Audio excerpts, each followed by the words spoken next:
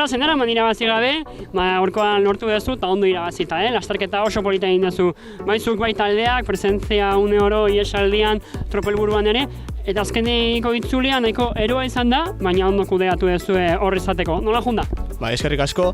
Lasterketa gogorra izan da, beti bezala ez, azkenean aldapa motza, baino gogorra zan, eta 5 aldiz igota, eta gaurko garaipena ez da bakarrik niri izan, taldeko garaipena bat izan da, azkenean denoko ondo ibili gara, eta gaur niri tukatu zait, baina bihar segurazki beste bati tokatuko zaio.